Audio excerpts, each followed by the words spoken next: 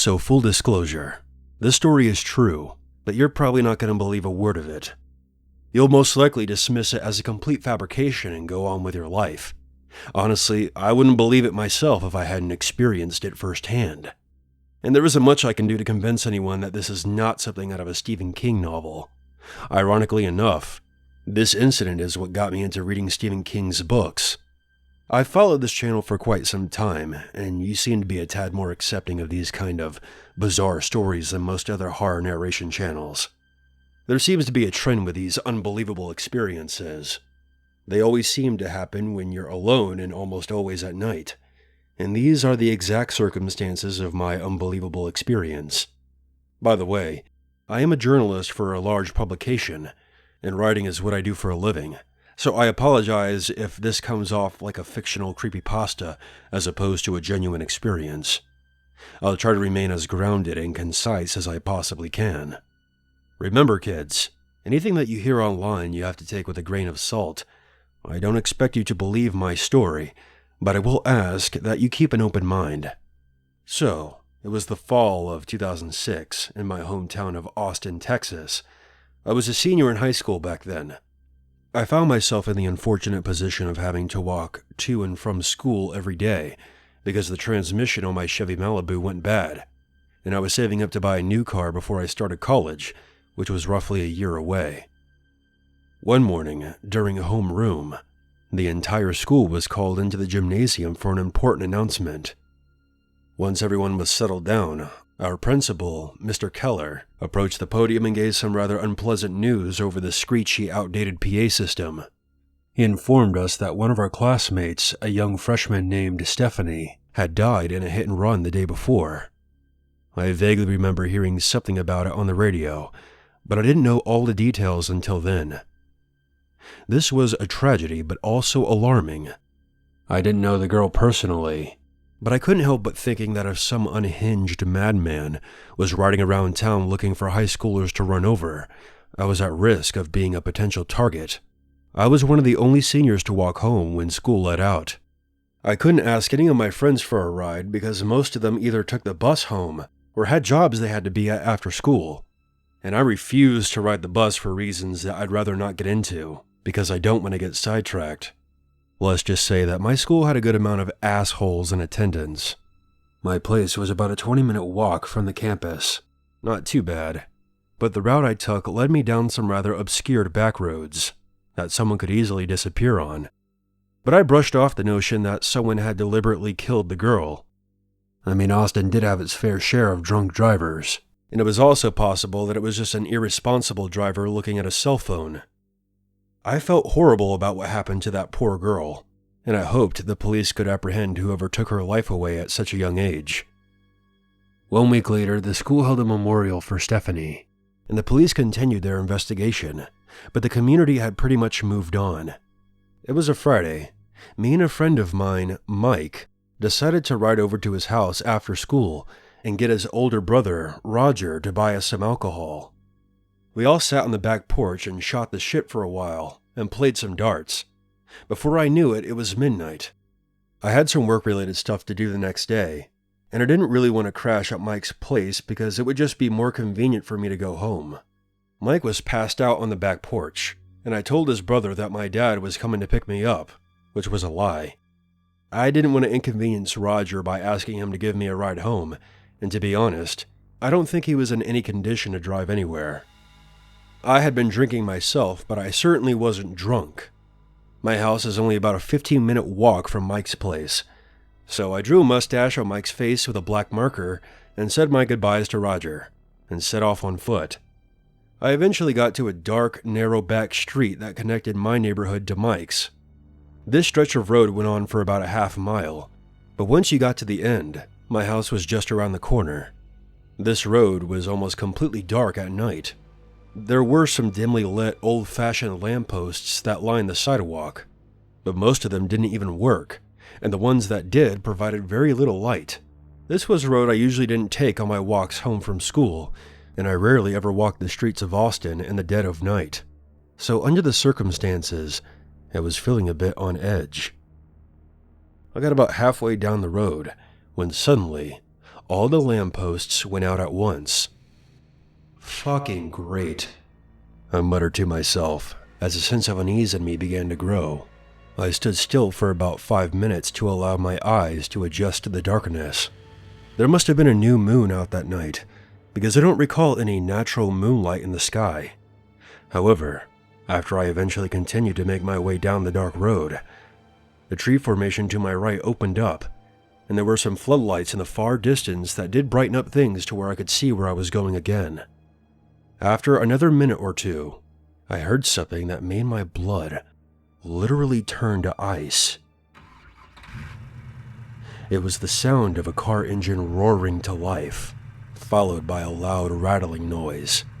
It's the kind of sound that's commonplace at vintage car shows, but when you're alone on a dark, isolated road in the middle of the night, that sound is terrifying. I instantly remembered what happened to Stephanie a week prior, and I began to scan my surroundings, looking for whatever was producing that noise. I didn't even consider that I might have been overreacting. There were no headlights in sight, and the sound was coming from somewhere very close by, meaning that whoever started up the car was likely on the same road that I was on. I heard the engine rev up as if to confirm my worst fears. The sound of an engine revving when the driver is trying to antagonize you is distinctly different from when they're just showing off. The sound is always sharper and more animalistic.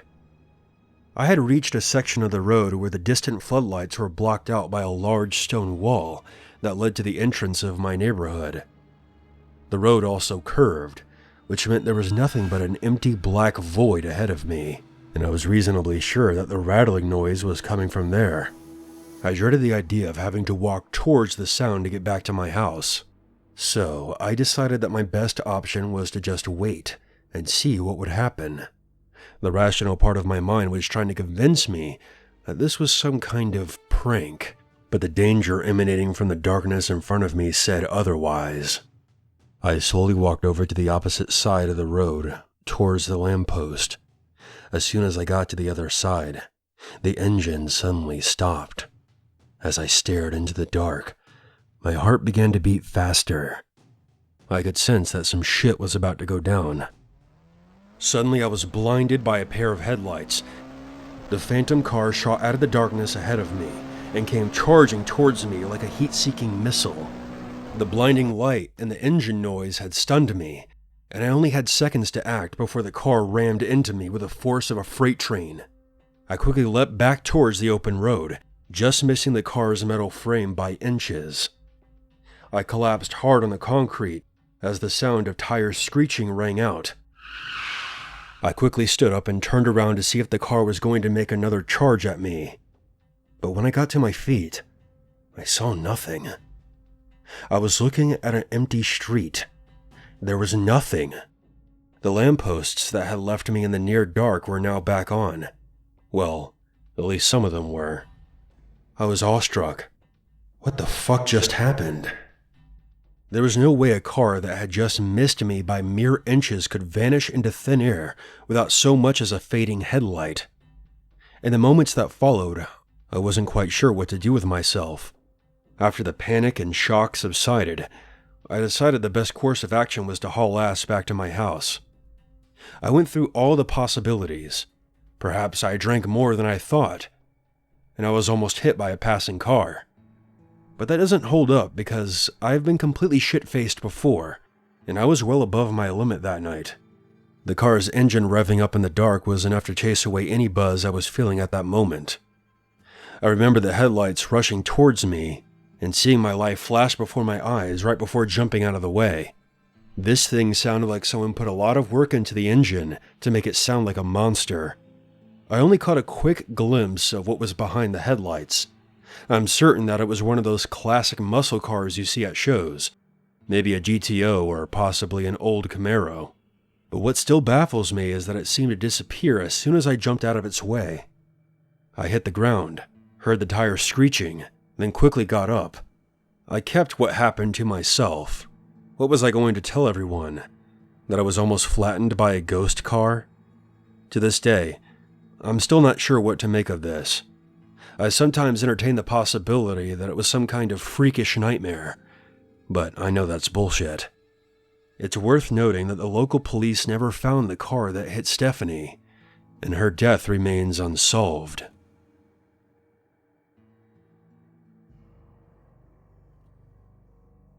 I have submitted this story under a pen name to protect my identity. During the late 90s, I was at a very low point in my life. I was a drug addict wandering the streets of downtown Los Angeles, eating out of trash cans, sleeping under bridges, and asking random bypassers for spare change. Looking back, I have nothing but regret for that time in my life, but this story is about the incident that made me sober up and turn my life around. One night, I was sleeping under a secluded highway overpass. It was fairly isolated because of its location on the outskirts of the city and saw little to no police presence. My sleeping spot overlooked a concrete foundation that had stretched on for about 50 yards. It was a pretty long walk to get back to the city from this area, but it was a price I was willing to pay to have this place all to myself. I had more than my fair share of close calls sleeping on Skid Row. So, after a long day of panhandling, I slipped into my sleeping bag and began to doze off. I was suddenly woken up by the sounds of screaming. I turned on my side to see a car parked under the overpass. There were no lights on, but the vehicle's windows were down, and I could tell that there was a commotion taking place inside the cab. Now, I know what you might be thinking. At first, I thought the same thing too. Maybe someone was getting lucky. But these were not screams of pleasure. They were screams of agony. A chain-link fence bordered the concrete platform under the overpass, and at night, a white light next to the fence would turn on and partially illuminated the area. It wasn't the best lighting, but you could still see the area from my sleeping spot. I watched in horror as the passenger side door of the car then flung open, and a skimpily dressed woman exited the car. She was holding her leg and was trying her best to limp away from the car. I was frozen in place, almost not believing what I was witnessing. The girl was begging for her life as she awkwardly staggered away from the vehicle. The driver's side door then opened, and a figure emerged from the car. I couldn't quite make out the details of this person because the passenger side of the car was facing me. The person that emerged from the car then pointed a gun at the girl, then shot her. I remember closing my eyes as soon as the gun went off, and then opening them to see the woman sprawled out on the ground. She was on her back, and the way her head was positioned was as if she was looking at me. Her jaw was going up and down like she was trying to say something. The memory of seeing her like that, well, it still really haunts me. The shooter made his way over to her. When he stepped into the light, I could see that he was wearing a dark hooded jacket with a bandana hiding his face. He stood over her and just watched her for several seconds, then finishing her off with the second shot. I was absolutely petrified at what I had just witnessed. I was now sitting up in my sleeping bag with one hand over my mouth, just trying my best to not make a sound. But what happened next was a whole new level of fucked up. The headlights of another vehicle at the opposite end of the overpass flicked on and drove up to the gruesome scene. At first I was relieved, and I stupidly thought that these people were there to help, not even factoring in that a bystander wouldn't just casually drive up to the scene of a crime with a killer still there with a loaded gun. I guess after I witnessed something so horrible, the logical part of my brain wasn't working too well. But things became clear to me once I noticed that the other vehicle was a black van, and things became even more clear once I saw 3 men wearing ski masks exiting the van, with one of them holding a video camera. These sick fucks were filming this entire thing. There was an exchange of words, and the other 2 men that exited the van walked over to the dead woman and grabbed her arms and legs, then proceeded to carry her body back to the car. The shooter had made his way over to the car before they got there, and the cameraman stepped off to the side and filmed the entire thing. The shooter popped open the trunk, and the men heaved the corpse into it. Without going into too much detail, I'll add that the men didn't seem to be concerned at all about the blood. The cameraman then joined them at the car for a nice close-up shot. The shooter then walked over to the van, then returned with 2 gas cans. The men doused the car in gasoline, and the shooter struck a match and threw it, and the car was instantly engulfed in flames. The 4 men and myself watched as the car burned. As I stared into the fire, I became numb. I had apparently reached my scare limit, and now I was just angry. Angry at these animals for what they had done. Even if the woman was an addict or a hooker, no one deserves to die like that, murdered under an overpass in cold blood. The fact that there were others there filming the whole thing pissed me off even more. I considered this to be the exact moment that I stopped being a drug addict. The 4 men eventually piled back into the van, then left. A short while later, I had emerged from the overpass and made my way to the nearest payphone to call the police. I don't think the police took me seriously at first, until I led them to the burning car. I was questioned for hours by detectives, and yes, they did suspect me, a homeless junkie, of foul play, but I stuck to my story. They did keep me in a holding cell for a few days, which they probably couldn't legally do, but I honestly didn't really mind at all. Free showers and food. I was actually a bit bummed out when they eventually released me. I later found out that there were similar killings in San Francisco and Sacramento, and that the perpetrators were wanted by the FBI. I don't know for sure if they ever caught them. I only hope that they did. After that night, I decided that I had enough of living on the streets. The fear I experienced inspired me to get my shit together, finish college, and become an English teacher. I'm proud to say that I've been sober for over 23 years. Sometimes seeing the ugliest side of humanity, well, I think that's the cure.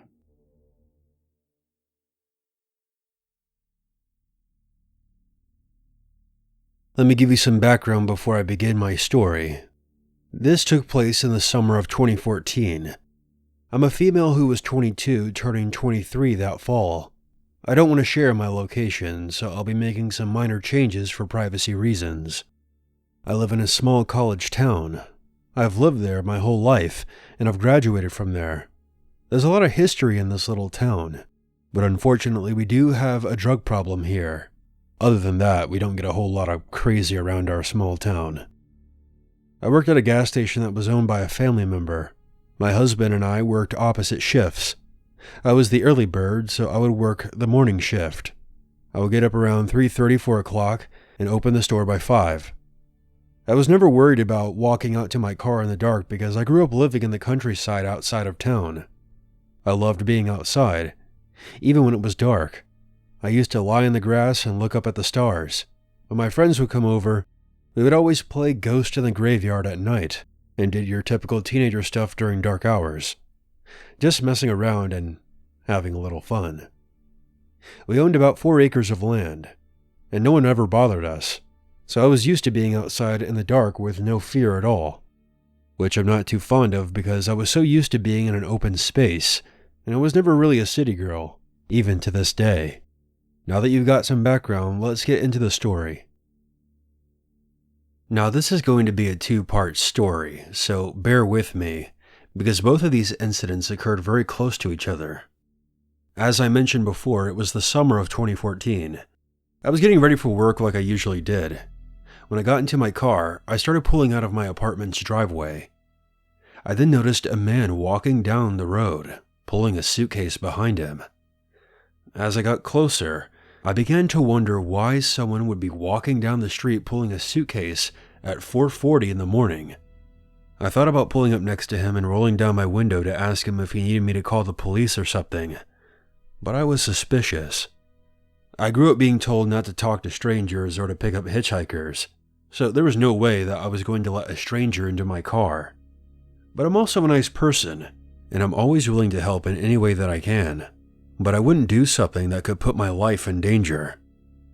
When I pulled out of the driveway, the man then started walking right towards my vehicle. I remembered losing my nerve and took off down the street. I looked into my rearview mirror to see him just standing there watching me. I knew something was off about this person, and I was also thankful that I didn't offer to help him. Some of you might think, oh, you're just over-exaggerating, but come on. Why would this man come right at my vehicle? And what the hell was he doing walking with a suitcase in the middle of the street at 4 o'clock in the morning? Once I reached my work, I called the police and reported it. I told them that I was just a concerned citizen, and I have been living in this neighborhood for the past 4 years, and I had never seen this man before. The police told me that they would send a car out to patrol the area. Hours went by, and I didn't hear anything from them. So I decided to call them back and inquire if they found anything. They told me that there was no trace of the man. So I just brushed it off and went about my day. I later mentioned it to my husband after my shift, and he told me that it was probably someone returning home from the airport or something. But the nearest airport is about an hour's drive away. My husband thought I was just overreacting about the whole thing. A few weeks later, I was talking to one of my customers and brought up this incident. It's a small town and everyone talks to everyone around here. As soon as I mentioned the man with the suitcase, my customer looked like he crapped his pants. He then started telling me that the police had recently discovered bodies in suitcases in our county. All the hairs on the back of my neck stood straight up, and my heart began to pound out of my chest. My customer asked me if I remembered what he looked like, but I didn't really get a good look at him. I'm not 100% sure if the man that I saw was the suitcase killer, but regardless, I'm glad I didn't stop to help that man. A couple of months later, I was again getting ready for work. I headed out of the back door of my apartment. My husband and I lived at the end of the hallway, so I figured I would just park my car close to the back door because I thought it would be easier than going all the way down the hallway. Plus, a lot of the front parking spots are always taken. When you go out of the back door, there are these huge pine trees lining a cement pathway that guides you to the back parking lot. It was still dark out, and the moment that I opened the back door, straight ahead was the dark figure of a large man running straight towards me. I didn't hesitate and I slammed the door shut and rushed back into my apartment. My heart was pounding violently inside my chest. I was in full-on flight mode. I had never run so fast in my life. The moment that I reached the bedroom, my husband literally sat straight up and asked me if I was alright. After I explained to him what was going on, he stood up from the bed and headed to our door to look through the peephole to see if there was anyone in the hallway. He saw nothing, so he opened the door a crack and started looking around, but there was no one there. I was still shaking, even when my husband walked me out to my car. I'm lucky to have such a great guy for a husband. Later that day, when my husband arrived at the gas station for his shift, he told me from now on to park in the front where the lights were. The same week, I ended up buying some pepper spray just in case I needed it in the future. It's been about 7 years, and I still haven't used it, thank God. But I want to warn you all, even though you feel like you're safe in your own neighborhood, you still have to take precautions. Make sure that you park in well-lit areas if you're going to work very early like me. Always have a can of pepper spray or some sort of protection. You need to be aware of your surroundings, because you never know if there's someone hiding in the shadows, waiting for you to let your guard down. There are a lot of freaks roaming the streets, and you have to be careful out there, and if something doesn't feel right, follow your gut.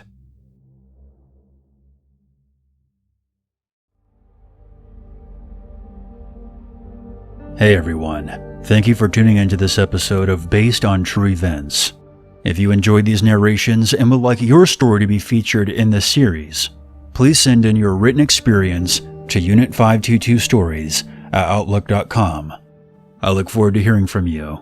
Until next time, I'm your Uncle Unit, and as always, never forget. There's always a